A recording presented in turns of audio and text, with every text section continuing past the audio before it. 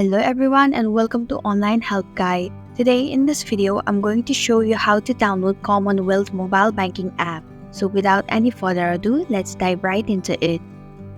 Open up your Play Store. In the search box, type in Commonwealth app and perform your search.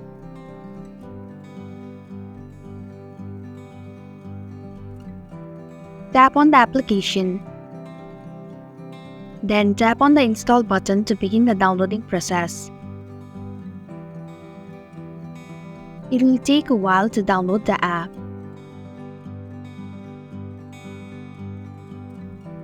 Once the application is installed, tap Open to launch the app.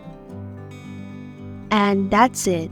Thank you for watching the Online Help Guide. I hope this video was helpful. If it was, please hit the like button and comment if you have any questions or feedback.